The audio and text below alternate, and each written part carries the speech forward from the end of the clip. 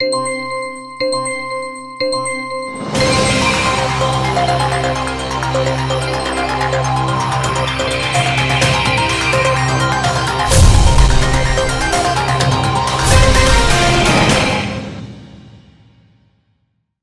दर्शकों, बात आज की चैनल में आपका स्वागत है। मैं हूं पारुल शर्मा और पेश है आज की सच्ची बात पक्की बात।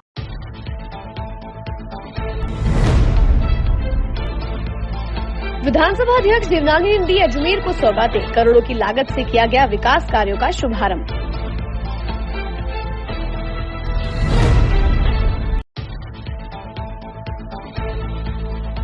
अध्यक्ष श्री 1 वर्षीय कार्यकाल का दिया ब्यौरा, विधायक अजमेर के रूप में गिनाई उपलब्धि। अजमेर को अब वास्तव में बनाया जाएगा स्मार्ट सिटी।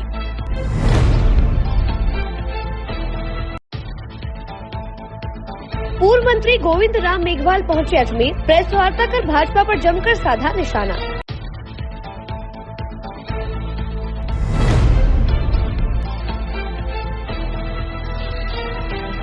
अजमेर में एक और दुष्कर्म की वारदात आई सामने, शादी का झांसा देकर आरोपी सालों तक करता रहा दुष्कर्म।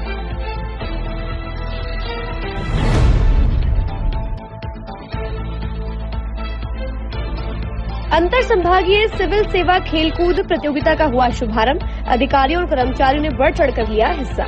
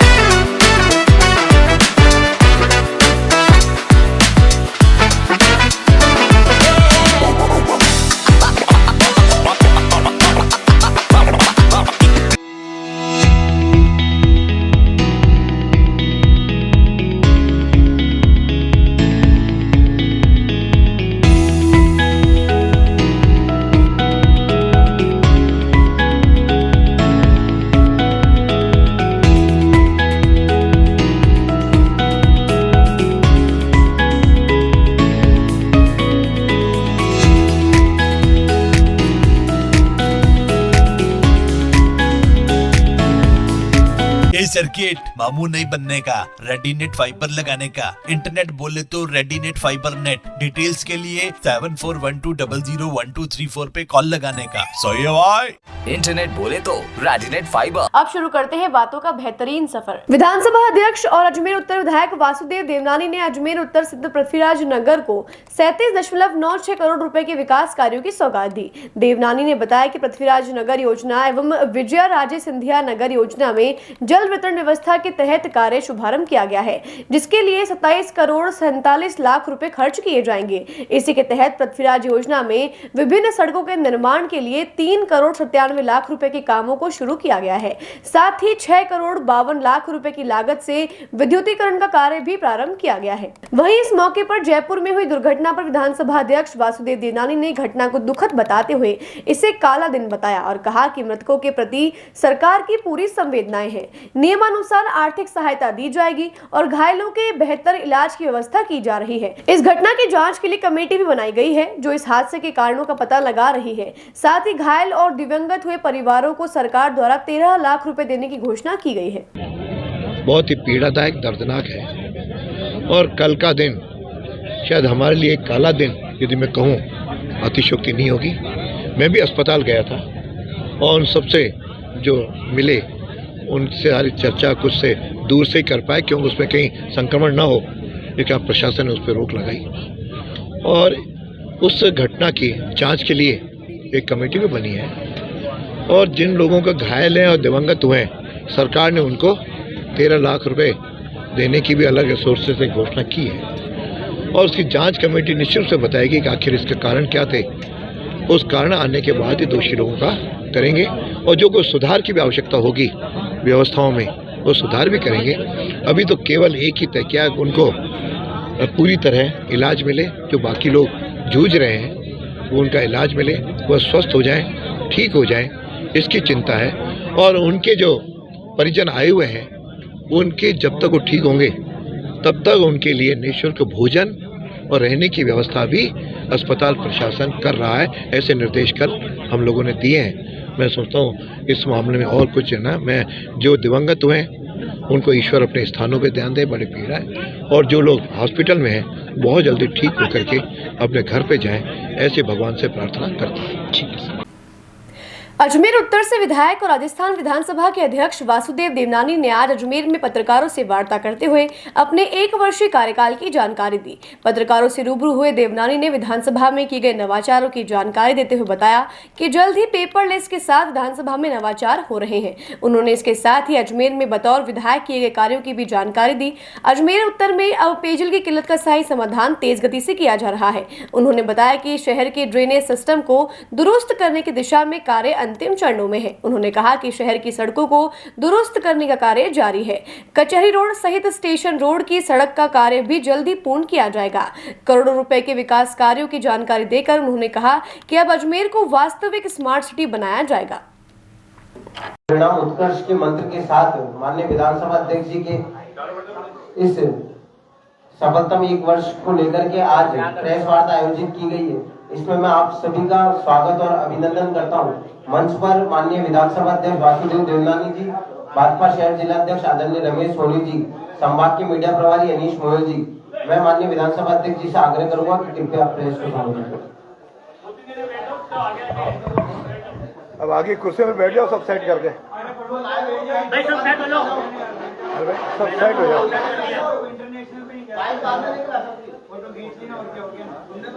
अरे बाइट का जितना करना कर लेना मेरे को।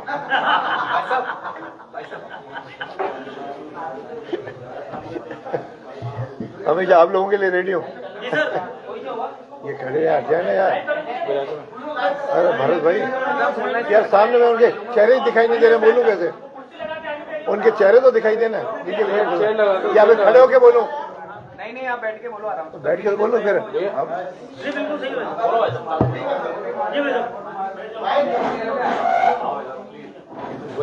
आज मेरे साथ सभी आए मीडिया कर्मियों का बहुत बहुत स्वागत, अभिनंदन। यहां से चुनाव होने के बाद जब जयपुर में अध्यक्ष का दायित्व मिला, वह 21 दिसंबर को मैंने अपना दायित्व पदभार ग्रहण किया। लगा कि आज 1 साल हुआ है।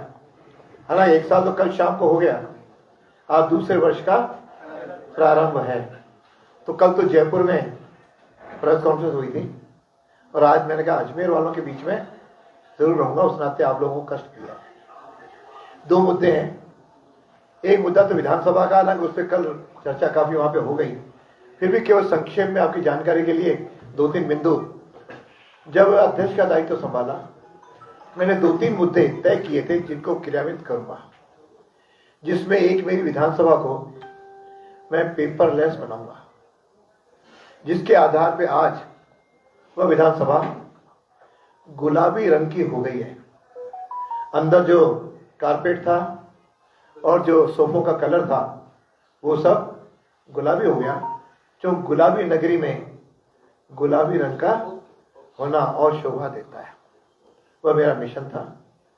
और उसके साथ हर सीट पर 200 के 200 सीट पर आईपैड टेबलेट लग गए, तो वहां पे उसके आधार पे वो प्रश्न भी उसी में से पूछेंगे, उत्तर भी आएगा, विधेयक भी उसमें होंगे, सारी कार्रवाई उसके द्वारा संचालित होगी।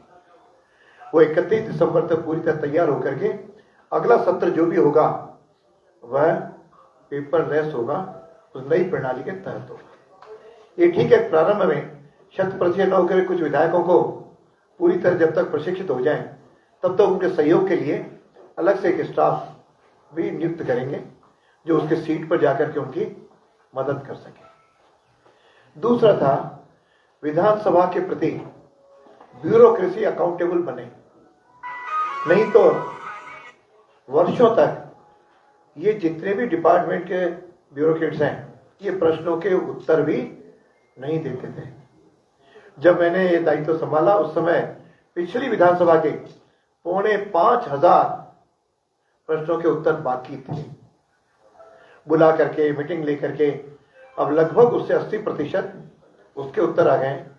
नहीं, जो प्रथम सत्र हुआ था उसके 95% आ गए।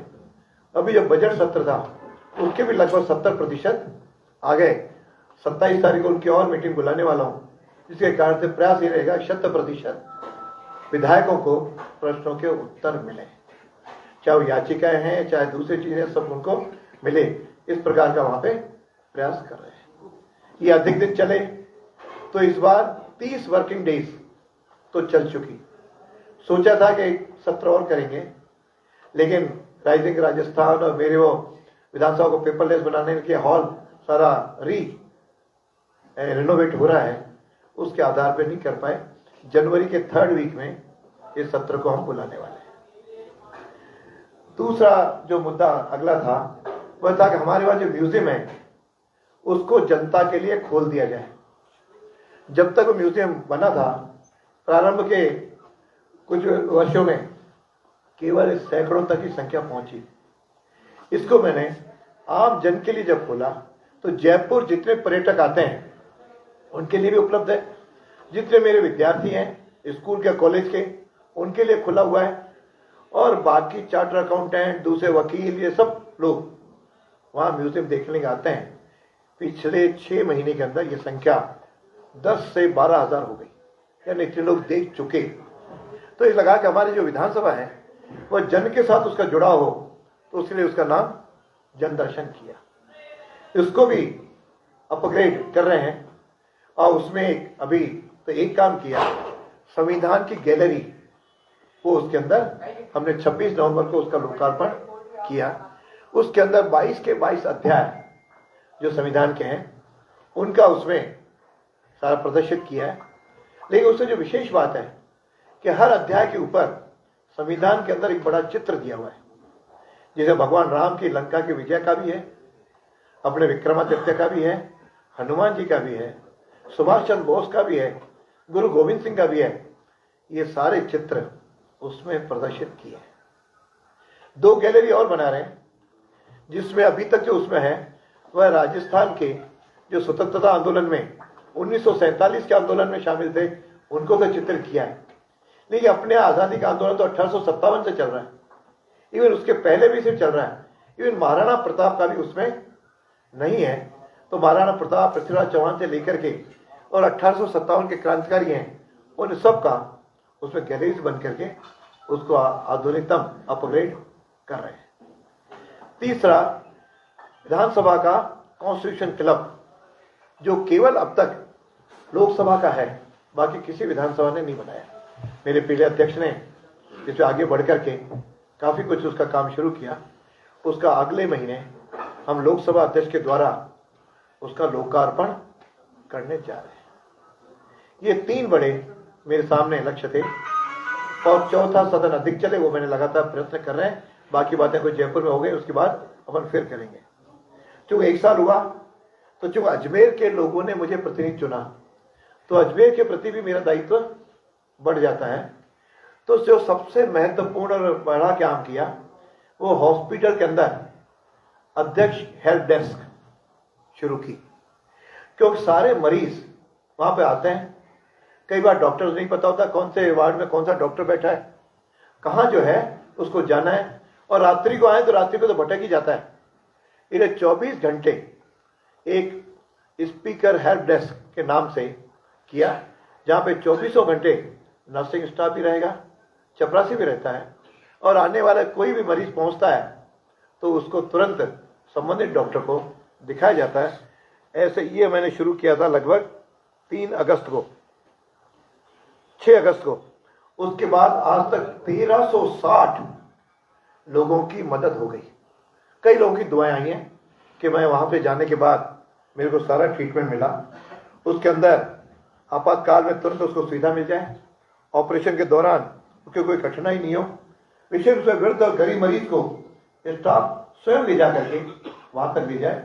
ब्लड जो है लगभग 95 मरीजों को तो चैरिटी मरीजों को ब्लड उपलब्ध कराया है और साथ में 165 लोगों को ऑपरेशन के अंदर जाकर के मदद की है और 430 लोगों को इमरजेंसी में एडमिशन करा के और उसकी मदद की। ये जो ईश्वरीय कार्य जो हमारा सोच है कि हर हॉस्पिटल में जाने वाले को प्रॉपर ट्रीटमेंट मिले और उसमें केवल अजमेर उत्तर के नहीं है, दक्षिण के भी हैं, पुष्कर के भी हैं।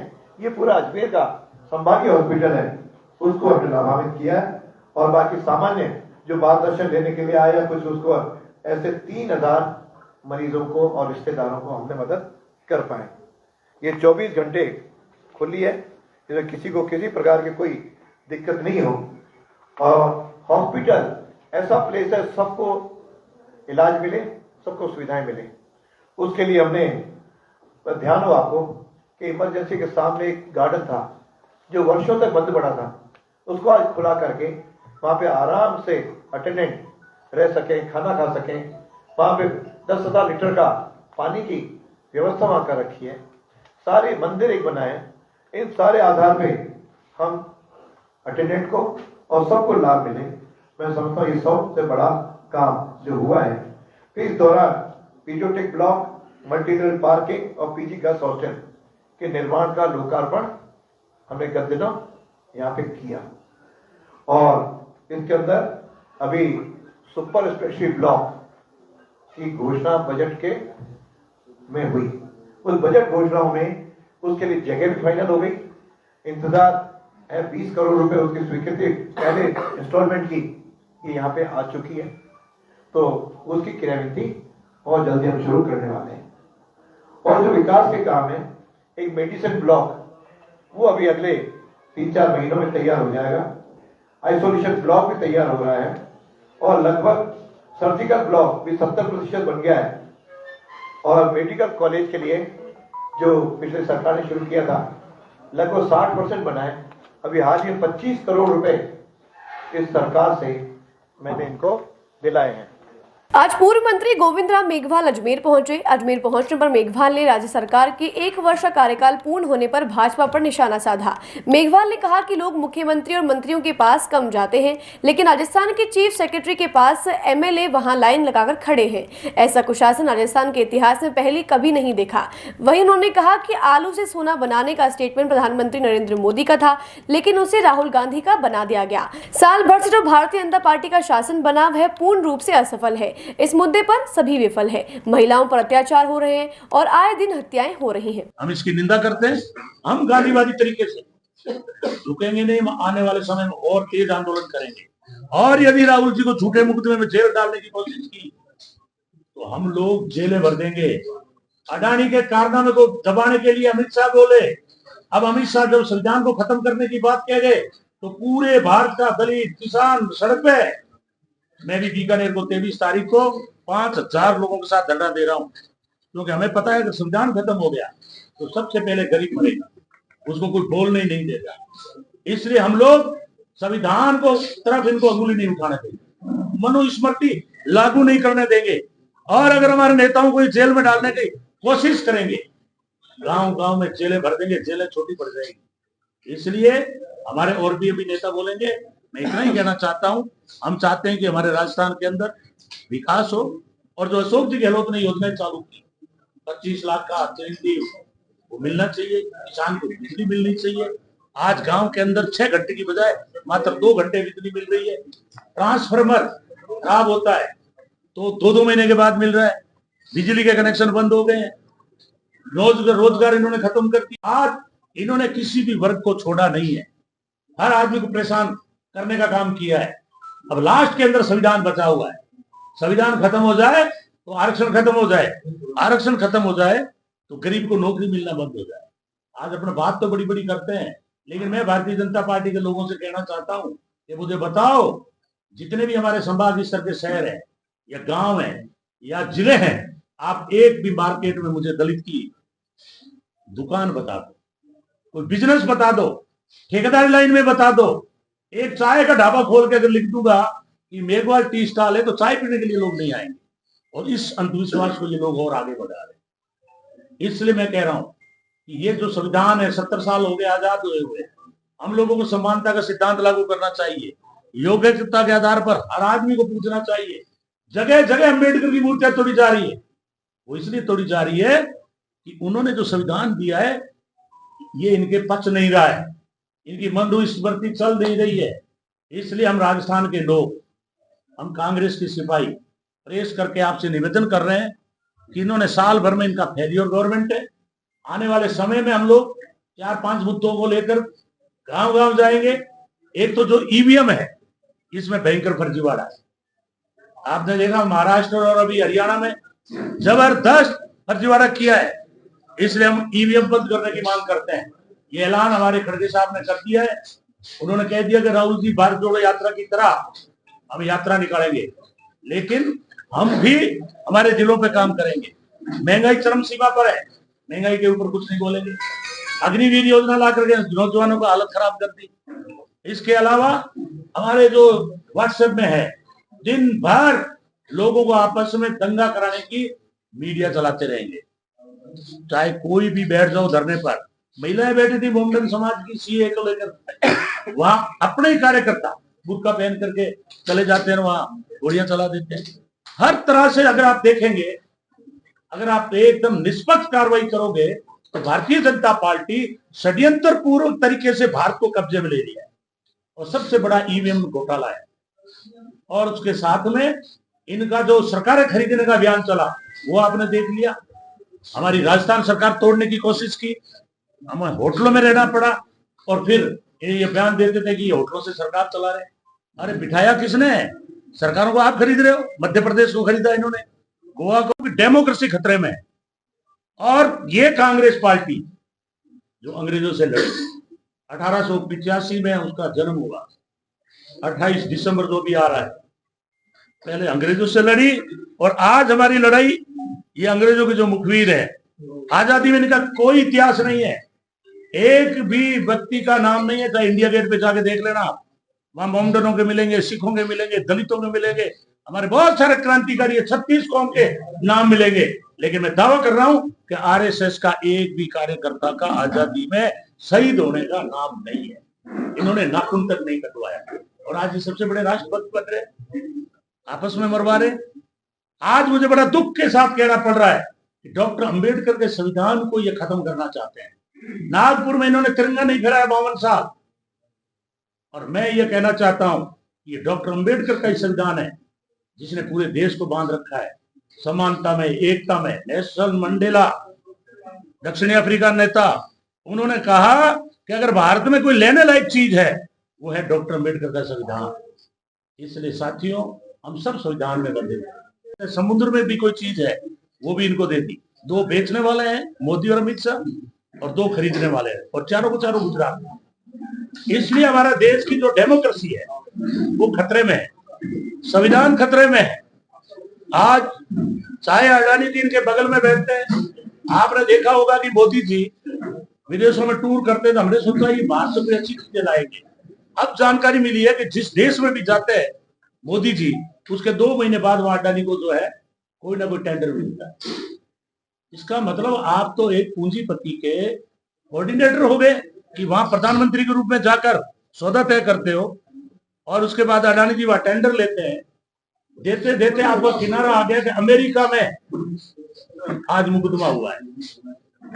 आपका अडानी जी, चाहे मैं कह रहा हूं सबसे बड़े पूंजीपति होंगे, आपने बढ़ा दिए, लेकिन आज वही अडानी अमेरिका कोर्ट का मुलजिम है।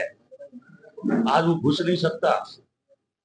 जब राहुल गांधी जी ने पार्लियामेंट में मुद्दा उठाया कि 20,000 करोड़ रुपए अडानी के खाते में किसके हैं मोदी जी, तो मोदी जी का जवाब देना मुश्किल हो गया और माइक बंद कर दिया, और उसके बाद उन पे फर्जी मुकदमा बनाया गया। सूरत के अंदर सजा बोली गई 2 साल की, उस धारा में आज तक भारत में किसी को सजा नहीं हुई है, राहुल जी को की गई। और अभी आप नाटक देख रहे हो कि अमित शाह गृह मंत्री, जो बीजेपी का अपना में थिंक टैंक माना जाता है, वो बोलता है अम्बेडकर अम्बेडकर अम्बेडकर अम्बेडकर अम्बेडकर, एक फैशन बन गया। इतना तो आप राम जी को रटते, आप स्वर्ग में 7 पीढ़ी चली जाएगी। अरे भाई अमित शाह जी, अगर आपको स्वर्ग का रास्ता पता है तो दूसरों को क्यों बता रहे हो? आप और बीजेपी वाले जाओ ना, फिर क्यों ही आए दिन दंगा फसाद करवा रहे हो? पत्रकारों को आप मरवा देते हो, सही न्यूज लिखते हैं तो, जजों को आप मरवा देते हैं। कोई आदमी आपके विरुद्ध में नेता बोलता है, उनके घर में ईडी और इनकम टैक्स और सीबीआई भेज करके उनकी जांचें शुरू करवा देते हैं। तो जब स्वर्ग का रास्ता आपको पता है तो ये सारे उल्टे काम क्यों कर रहे हो आप? आपने देखा पिछले 5 सालों में सरकारें खरीदी गई, राजस्थान में बीजेपी के नेता बड़े चौड़े होकर चल रहे थे, हमारी सरकार बनेगी, और आखिर उस पर्ची में निकले भजनलाल जी। मैं भजनलाल जी के व्यक्तिगत कोई ओढ़वा नहीं देना चाहता, ना उलाना देना चाहता, उनकी पार्टी की मर्जी है, लेकिन आज राजस्थान की हालत खराब हो गई है। राजस्थान का इतिहास रहा है कि कोई भी हमारा मुख्यमंत्री होता है, आप पिछला इतिहास देखो अशोक गहलोत जी का, उन्होंने जबरदस्त पूरे राजस्थान के अंदर विकास के काम किए। अजमेर के अलवर थाना क्षेत्र से दुष्कर्म का मामला सामने आया, जहां एक पीड़िता ने अपने पड़ोसी शैलेंद्र पर शादी का झांसा देकर दुष्कर्म करने की शिकायत दर्ज कराई है। पीड़िता ने बताया कि जब वह नाबालिग थी तभी शैलेंद्र ने उसके साथ दुष्कर्म किया और तब से उसे शादी का झांसा देकर लगातार उसके साथ दुष्कर्म करता रहा। अब जब पीड़िता ने शादी की बात कही तो आरोपी टालमटोल करने लगा और शादी करने से मना कर दिया। इसके बाद पीड़िता ने अलवर थाने में शिकायत दर्ज करवाई है, जिसके बाद पुलिस ने मामला दर्ज कर जाँच शुरू कर दी है। दिनांक 20/12/2024 को थाना क्षेत्र में रहने वाली एक पीड़िता उपरी थानों कर एक रिपोर्ट पेश की कि 2016 में जब मैं नाबालिग थी, उस समय मेरे पड़ोसी शैलेंद्र ने मुझे बेला फुसला कर अपने साथी के मकान में ले गया। वहाँ मेरे को कोल्ड ड्रिंक पिला के मेरे साथ गलत काम किया। उसके बाद से लगातार मेरे साथ गलत काम करता आ रहा था और मुझे शादी का करने का झांसा भी दिया था कि मैं तेरे साथ शादी कर लूँगा, और अब शादी के लिए वो टालमटोल कर रहा है। किन धाराओं में मुकदमा दर्ज हुआ है? मुकदमा बलात्कार 376 व बाल उत्पीड़न उसमें हुआ है। अजमेर के पटेल मैदान में आज 11वीं राजस्थान राज्य अंतर संभागीय सिविल सेवा खेलकूद प्रतियोगिता का शुभारंभ किया गया, जिसमें मुख्य अतिथि के रूप में राजस्थान विधानसभा अध्यक्ष और अजमेर उत्तर के विधायक वासुदेव देवनानी, देवनारायण बोर्ड के अध्यक्ष ओम प्रकाश बढ़ाना, अजमेर दक्षिण विधायिका अनिता बघेल, भाजपा शहर अध्यक्ष रमेश सोनी, उप महापौर नीरज जैन और पूर्व ओलंपियन जोरावर सिंह ने शिरकत की। आपको बता दें कि इस प्रतियोगिता में 7 प्रकार के खेल खेले जाएंगे, जिनमें कई अधिकारी और कर्मचारी भाग लेंगे। राजस्थान राज्य स्तरीय अंतर संभागीय कर्मचारियों और अधिकारियों की खेलकूद प्रतियोगिता 24-25 का आज उद्घाटन हुआ है, जिसमें 1000 से ज़्यादा खिलाड़ी भाग ले रहे हैं। ये 7 खेल रहेंगे, जिसमें ये लोग विभिन्न प्रकार की प्रतियोगिता में भाग लेकर के और अपने सफलता की ओर बढ़ेंगे।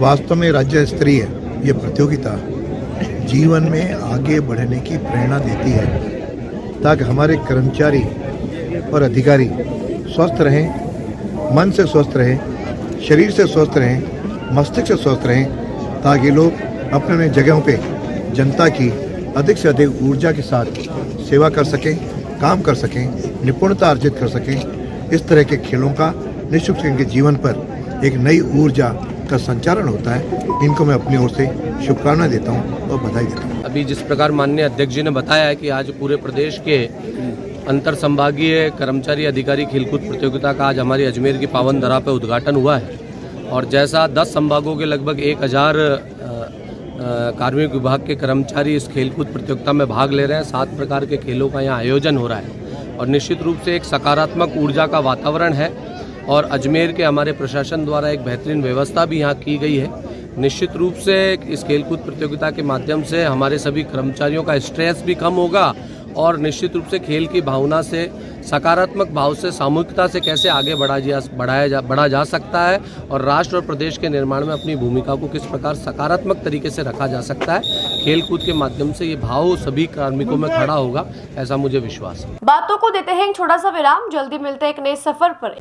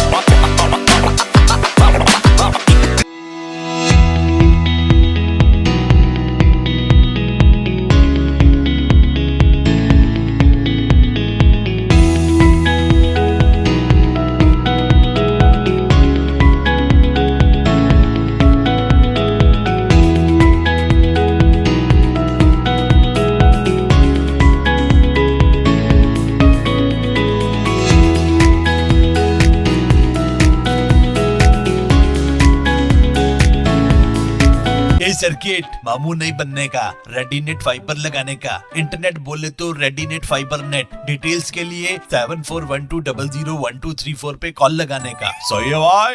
इंटरनेट बोले तो रेडिनेट फाइबर। एक बार फिर आपका स्वागत है। आइए चलते एक नए सफर पर। बाकी बिहारी परिवार द्वारा 22 से 28 दिसंबर तक श्रीमद् भागवत कथा का आयोजन किया जा रहा है। इस अवसर पर कथावाचक श्री ज्ञान देव जी महाराज भागवत कथा का व्याख्यान करेंगे। इस अवसर पर बाकी बिहारी परिवार ने एक प्रेस वार्ता का आयोजन कर भक्ति और ज्ञान की अनमोल कथा में भक्तों को हिस्सा लेने का आग्रह किया। इस कथा का शुभारंभ कलश यात्रा के साथ होगा, जिसमें 2100 महिलाएं हिस्सा लेंगी। ये कथा 22 दिसंबर से प्रारंभ हो रही है, जबकि कथा का शुरुआत पर्वतेश्वर महादेव मंदिर से कलश यात्रा शोभा यात्रा से होगा। इसमें लगभग 2100 महिलाएं शामिल होगी।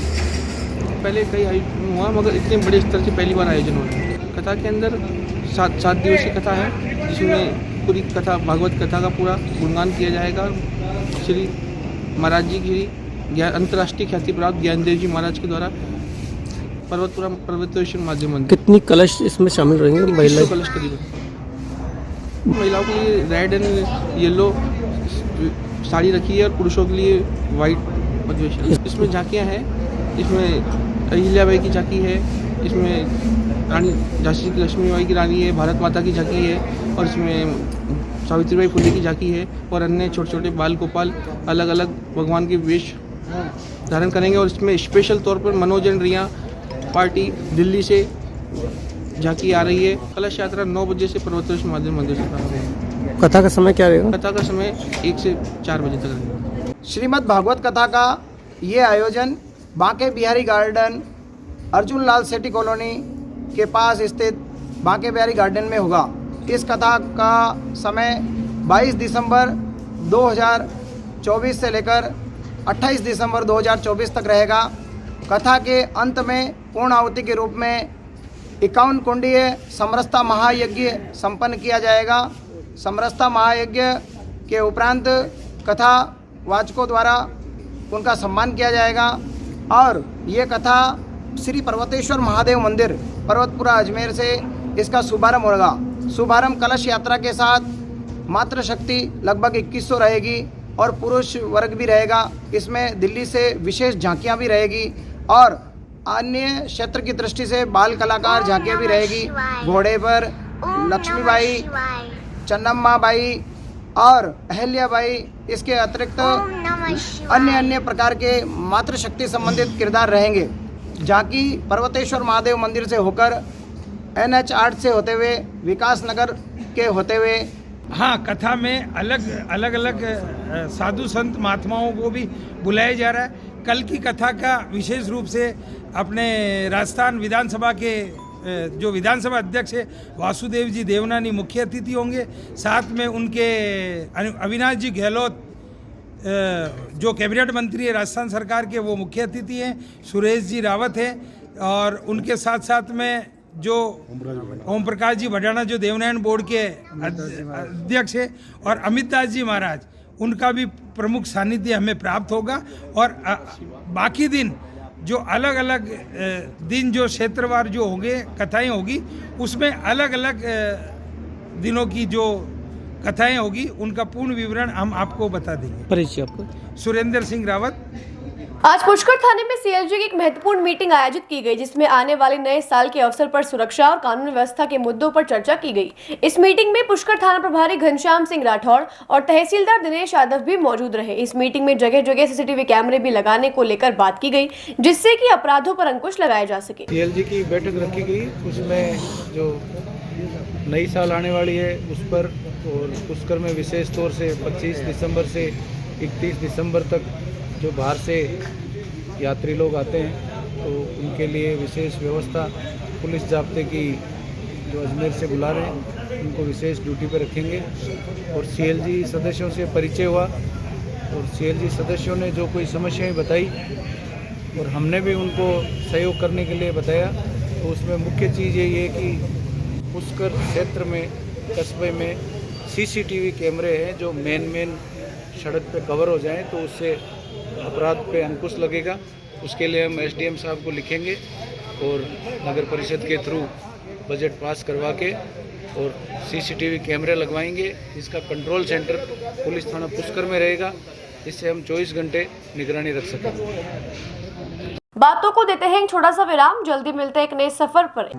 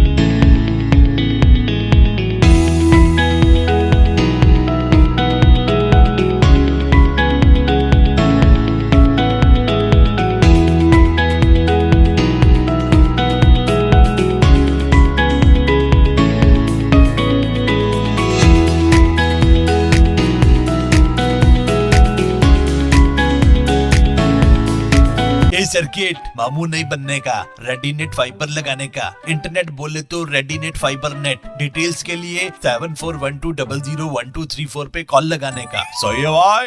इंटरनेट बोले तो रेडीनेट फाइबर। एक बार फिर आपका स्वागत है। आइए चलते एक नए सफर पर। नशीले पदार्थों की तस्करी एवं सेवन करने वालों पर अंकुश लगाने के लिए पुलिस द्वारा चलाए जा रहे अभियान के तहत पुष्कर पुलिस टीम ने अवैध रूप से शराब बेचते हुए पिंटू पुत्र पूरण रेगर नामक युवक को रंगे हाथों धर दबोचा और उसके कब्जे से देशी शराब के 35 पौवे जब्त किए। पुलिस ने आरोपी के विरुद्ध आबकारी अधिनियम के तहत मुकदमा दर्ज कर जांच शुरू कर दी है। Sophia senior secondary school Ajmer में वार्षिक खेल दिवस समारोह का आयोजन किया गया। CBSE under secretary Asif Ali इस कार्यक्रम के मुख्य अतिथि रहे। रेवरेंड सिस्टर गौरेंटी डिसूजा और राजस्थान बास्केटबॉल संघ के जसवंत सिंह विशिष्ट अतिथि रहे। विद्यालय बैंड ने आगंतुकों का पारंपरिक स्वागत किया। इस दौरान कक्षा नर्सरी से 12वीं तक की छात्राओं ने 100 मीटर, 200 मीटर, 400 मीटर दौड़, रस्साकसी, स्लो साइकिलिंग में भाग लिया। साथ ही प्रॉप ड्रिल, लोक नृत्य, कराटे प्रदर्शन व योगाभ्यास हुए। इस कार्यक्रम में राष्ट्रीय राज्य स्तर पर प्रतिनिधित्व करने वाली छात्राओं को पुरस्कृत किया गया। प्रधानाचार्य सिस्टर जैसी ने खिलाड़ियों के हौसले की प्रशंसा की, साथ ही क्रिसमस और नववर्ष की शुभकामनाएं दी। आज Sophia senior secondary school Ajmer में वार्षिक खेल उत्सव का आयोजन किया गया। इस आयोजन में हमारे संस्थान के अंदर 4 हाउसेज हैं, तो इंटर हाउस प्रतियोगिताओं के फाइनल राउंड आज यहाँ हुए। सभी अभिभावकों ने उसमें अपने बच्चों को भाग लेते हुए, जीतते हुए देखा। और ऐसे समय पर इस आयोजन में सिर्फ खेलकूद प्रतियोगिताएं ही नहीं, इसका आयोजन भव्य स्तर पर रंगारंग कार्यक्रमों के साथ हुआ। इस कार्यक्रम में बच्चों के कराटे की उपलब्धियां भी दर्शाई गई, योगा को भी दर्शाया गया। इसके साथ विभिन्न नृत्यों के माध्यम से शारीरिक पारंगतता और वैश्विक दृष्टिकोण दोनों को शामिल कर ये दर्शाया गया कि चरित्र का विकास ही शिक्षा का मूलाधार है। शिक्षा सिर्फ किताबी ज्ञान का नाम नहीं है। व्यक्तित्व के विकास के लिए संस्थान किस प्रकार अपने महत्वपूर्ण योगदान को दे सकते हैं, आज सोफिया स्कूल प्रांगण में सभी अभिभावकों ने यह देखा, समझा और सराहा। हम सभी अभिभावकों और अजमेर के आभारी हैं, जिनका हमें सदैव सहयोग समर्थन मिलता रहता है। कार्यक्रम के मुख्य अतिथि कौन थे? कार्यक्रम के मुख्य अतिथि SP वंदिता राणा थी, जो किसी गवर्नर साहब के प्रोग्राम के कारण अचानक आने में असमर्थ रही। इसके बाद कार्यक्रम के मुख्य अतिथि Asif Ali, under secretary CBSE Ajmer रहे। धन्यवाद। मैं सुधीर तोमर, मीडिया प्रभारी, सोफिया स्कूल अजमेर। आज के लिए बस इतना ही। कल फिर होगी आपसे मुलाकात, तब तक के लिए दीजिए इजाजत। नमस्कार।